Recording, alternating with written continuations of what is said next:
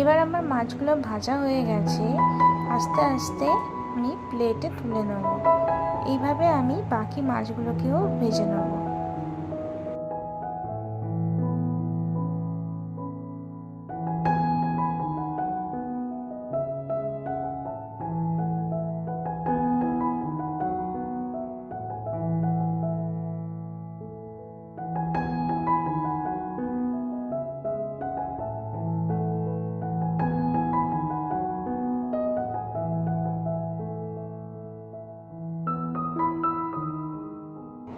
মাছগুলো পুরোপুরি ভাজা কমপ্লিট হয়ে গেছে।